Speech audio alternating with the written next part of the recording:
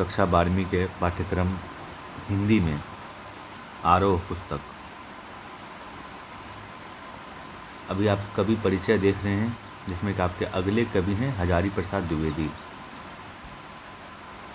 इनका जन्म 1907 में हुआ। कहाँ हुआ था? छपरा, बलिया में, उत्तर प्रदेश। आरत दुबे का छपरा इनके घर। कहाँ पे? बलिया, उत्तर प्रदेश, बलिया में। इनकी प्रमुख रचनाएं कौन सी हैं? अशोक के फूल, कल्पलता, विचार और वितर्क, कुटज, विचार प्रवाह, आलोक पर्व, प्राचीन भारत के कलात्मक विनोद। ये इनके निबंध संग्रह हैं। और इनके उपन्यास बाणभट्ट की आत्मकथा, चारू चंद्रलेख, पुनर्नवा, अनाम दास का पोथा, ये इनके उपन्यास हैं। आलोचना में क्या क्या लिखे ये? सूर साहित्य, कबीर, मध्यकालीन बोध का स्वरूप, नाथ संप्रदाय, कालिदास की लालित योजना, हिंदी साहित्य का आदिकाल, हिंदी साहित्य की भूमिका, हिंदी साहित्य उद्भव और विकास। ये इनका आलोचनात्मक है जो साहित्य इतिहास की किताब भी है इसमें। और इन्होंने संपादन क्या क्या किया है? संदेश रासक, पृथ्वीराज रासो, नाथ सिद्धों की बानियाँ, ये इस चीज़ का इन्होंने संपादन किया। और विश्वभारती शांति निकेतन पत्रिका का संपादन किया। ये विश्वभारती में पढ़ाई किए थे। पुरस्कार क्या क्या मिला इनको? साहित्य अकादमी पुरस्कार मिला है। कौन सी रचना पे? आलोक पर्व पे। और फिर भारत सरकार द्वारा पद्म भूषण भी मिल चुका है। और लखनऊ विश्वविद्यालय द्वारा डी.लिट की उपाधि इनको मिली है। मृत्यु इनका कब हुआ है? 1979, दिल्ली में। लिखते हैं कि मैं साहित्य को मनुष्य की दृष्टि से देखने का पक्षपाती हूँ, जो वाग्जाल मनुष्य को दुर्गति, हीनता, परमुखोपेक्षिता से न बचा सके, जो उसकी आत्मा को तेजोदीप्त न बना सके, जो उसके हृदय को पर दुख कातर और संवेदनशील न बना सके, उसे साहित्य कहने में मुझे संकोच होता है। तो क्या करते हैं? साहित्य को मनुष्य की दृष्टि से देखने का पक्षपाती हूँ। आपके पाठ्यक्रम में इनका कौन सा निबंध लगा हुआ है? शिरीष के फूल। फिलहाल अभी हम इनका परिचय देख रहे हैं। आचार्य हजारी प्रसाद द्विवेदी का साहित्य कर्म भारतवर्ष के सांस्कृतिक इतिहास की रचनात्मक परिणति है। हिंदी, संस्कृत, प्राकृत, अपभ्रंश, बांग्ला आदि भाषाओं व उनके साहित्य के साथ इतिहास, संस्कृति, धर्म, दर्शन, आधुनिक ज्ञान विज्ञान की व्यापकता व गहनता में बैठ कर उनका अगाध पांडित्य नवीन मानवतावादी सर्जना और आलोचना की क्षमता को लेकर प्रकट हुआ है। इनका जो इतिहास, संस्कृति, धर्म, दर्शन के संबंधित ज्ञान है, उसके साथ साथ आधुनिक ज्ञान विज्ञान की व्यापकता व गहनता में भी इनका अगाध पांडित्य है। नवीन मानवतावादी सर्जना और आलोचना की क्षमता इनके अंदर है। वे ज्ञान को बोध और पांडित्य की सहृदयता में ढालकर ऐसा रचना संसार हमारे सामने उपस्थित करते हैं, जो विचार की तेजस्विता, कथन के लालित्य और बंध की शास्त्रीयता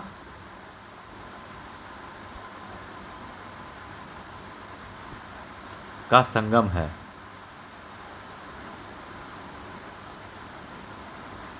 इस प्रकार उनमें एक साथ कबीर, रविन्द्रनाथ व तुलसी एकाकार हो उठते हैं। इनमें कौन कौन से? कबीर, रविंद्रनाथ और तुलसी एकाकार हो उठते हैं। इसके बाद उससे जो प्राण धारा फूटती है वह लोकधर्मी रोमांटिक धारा है। लोकधर्मी रोमांटिक धारा जो उनके उच्च कृतित्व को सहज ग्राह्य बनाए रखती है। उनकी सांस्कृतिक दृष्टि जबरदस्त है।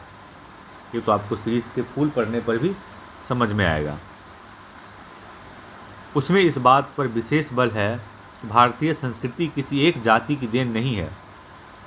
क्या कहते हैं ये कि भारतीय संस्कृति किसी एक जाति की देन नहीं है, बल्कि समय समय पर उपस्थित अनेक जातियों के श्रेष्ठ संदनासों के लवणनीर संयोग से उसका विकास हुआ है। उसकी मूल चेतना विराट मानवतावाद है।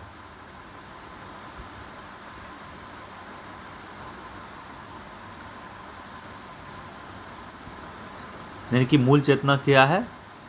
मानवतावाद, जिसके संस्पर्श से कला और साहित्य ही नहीं, संपूर्ण जीवन ही सौंदर्य व आनंद से परिपूर्ण हो उठता है। द्विवेदी जी के सभी उपन्यास समाज के जात पात और मजहबों में विभाजन और आधी आबादी मतलब स्त्री के दलन की पीड़ा को सबसे बड़े सांस्कृतिक संकट के रूप में पहचानने, रचने और सामंजस्य में समाधान खोजने का साहित्य है।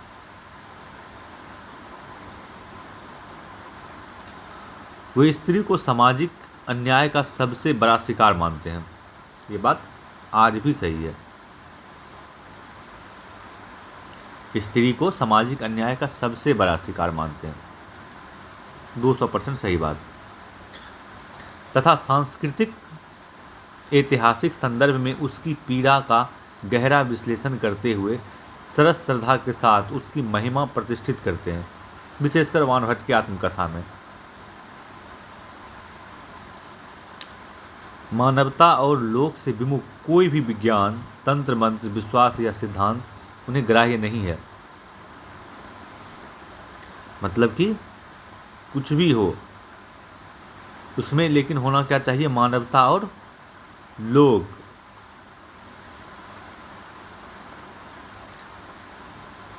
तभी इनको कोई चीज़ ग्राह्य होता है। मानव की जिजीविषा और विजय यात्रा में उनकी अखंड आस्था है। मानव की जिजीविषा में और उनकी विजय यात्रा में, विशेषकर स्त्रियों की विजय यात्रा में। इसी से वे मानवतावादी साहित्यकार व समीक्षक के रूप में प्रतिष्ठित हैं। द्विवेदी जी का आलोचक व्यक्तित्व हिंदी चिंतन धारा की सहज लोक परंपरा को पहचान लेता है और उसी से संबद्ध नाथों, सिद्धों और कबीर से हिंदी की साहित्य परंपरा को जोड़कर उसे एक प्रगतिशील मूल्य के रूप में प्रतिष्ठित करता है। भक्ति काल को भारतीय चिंतन धारा का सहज विकास मानने वाले इतिहासकार के रूप में उनकी भूमिका ऐतिहासिक महत्व रखती है। भक्ति काल को क्या मानते हैं?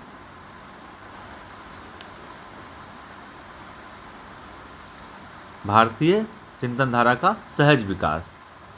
कि आदिकाल से जब भक्ति काल भारतीय हिंदी साहित्य में आया उसको सहज विकास मानते हैं। द्विवेदी जी का निबंध साहित्य इस अर्थ में बड़े महत्व का है कि साहित्य दर्शन तथा समाज व्यवस्था संबंधी उनकी कई मौलिक उद्भावनाएं मूलतः निबंधों में ही मिलती हैं, पर यह विचार सामग्री पांडित्य के बोझ से आक्रांत होने की जगह उसके बोझ से अभिशक्त हैं। अपने लेखन द्वारा निबंध विधा को सृजनात्मक साहित्य की कोटि में ला देने वाले द्विवेदी जी ये निबंध व्यक्तित्व व्यंजना और आत्मपरक शैली से युक्त है। क्या किए? ये निबंध विधा को सृजनात्मक साहित्य की कोटि में ले आए। और ये उनके ये निबंध कैसे हैं? व्यक्तित्व व्यंजना और आत्मपरक शैली से युक्त।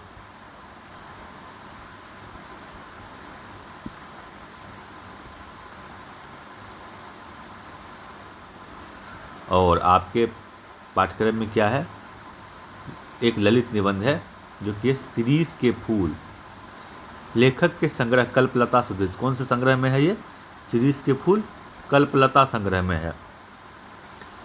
इसमें लेखक आंधी, लू, गर्मी की प्रचंडता से भी अवधूत की तरह अविचलित होकर कोमल पुष्पों का सौंदर्य बिखेर रहे शिरीष के माध्यम से मनुष्य की अजय जिजीविषा और तुमुल कोलाहल कलह के बीच धैर्यपूर्वक लोक के साथ चिंतारत कर्तव्यशील बने रहने महान मानवीय मूल्य के रूप में स्थापित करता है। क्या करते हैं ये? शिरीष के फूल जो कि प्रचंड गर्मी में जो फूल शिरीष का फूल आता है प्रचंड गर्मी के समय, उसमें इसमें क्या देख रहे हैं, मनुष्य की अजय जिजीविषा, फूल के माध्यम से अजय जिजीविषा और तुमुल कोलाहल कलह के बीच धैर्यपूर्वक लोक के साथ चिंतारत कर्तव्यशील बने रहने को महान मानवीय मूल्य के रूप में स्थापित करते हैं। ऐसी भावधारा में बहते हुए उसे देह बल के ऊपर आत्मबल का महत्व सिद्ध करने वाली इतिहास विभूति गांधी जी की याद हो आती है। यह देह बल के ऊपर आत्मबल को सिद्ध करते हैं। ये कौन सिद्ध करने वाली इतिहास विभूति गांधी जी की याद हो आती है। गांधी जी का आत्मबल बड़ा था, तो वह गांधीवादी मूल्यों के अभाव की पीड़ा से भी कसमसा उठता है। निबंध की शुरुआत में लेखक शिरीष पुष्प की कोमल सुंदरता के जाल बुनता है, फिर उसे भेद कर उसके इतिहास में और फिर उसके जरिए मध्यकाल के सांस्कृतिक इतिहास में बैठता है। फिर तात्कालीन जीवन व सामंती वैभव विलास को सावधानी से उकेरते हुए उसका खोखलापन भी उजागर करता है।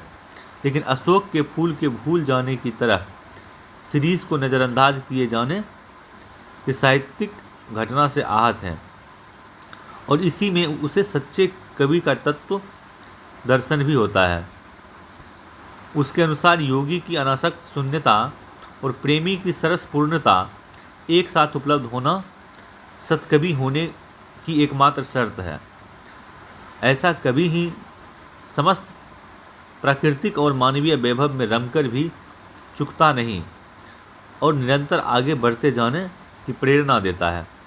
शिरीष के पुराने फलों की अधिकार लिप्सु खरखराहट और नए पत्ते फलों द्वारा उन्हें धकियाकर बाहर निकालने में लेखक साहित्य, समाज और राजनीति में पुरानी और नई पीढ़ी के द्वंद्व को संकेतित करता है। क्या है, पुराने पत्ते गिरते हैं, नए पत्ते वो फूल आते हैं, धकिया के बाहर करते हैं पुराने। देखो इसको क्या करते हैं, ये नई पीढ़ी और पुरानी पीढ़ी के द्वंद्व के रूप में इसको संकेतित करते हैं तथा स्पष्ट रूप से पुरानी पीढ़ी और हम सब में नएपन के स्वागत का साहस देखना चाहता है। और ये क्या चाहते हैं कि पुरानी पीढ़ी में भी और हम सब में भी जो नयापन आ रहा है, जो हमारे आने वाले समय में जो चीज़ भी आएगा, जो भी मूल्य, उसको स्वागत करने का साहस होना चाहिए। इस निबंध का शिल्प इसी में चर्चित एक सुदंड की तरह है। सांस्कृतिक संदर्भों और शब्दावली की भड़कीली खोल के भीतर सहज भावधारा के मधुरस से युक्त यह हर तरह से आस्वाद्य और प्रयोजनीय है तथा इस प्रकार लेखक के प्रतिनिधि निबंधों में से एक है। ये आप बहुत जल्दी शिरीष के फूल पूरा पढ़ाएंगे, ज़्यादा नहीं है, साढ़े तीन पन्ने का है।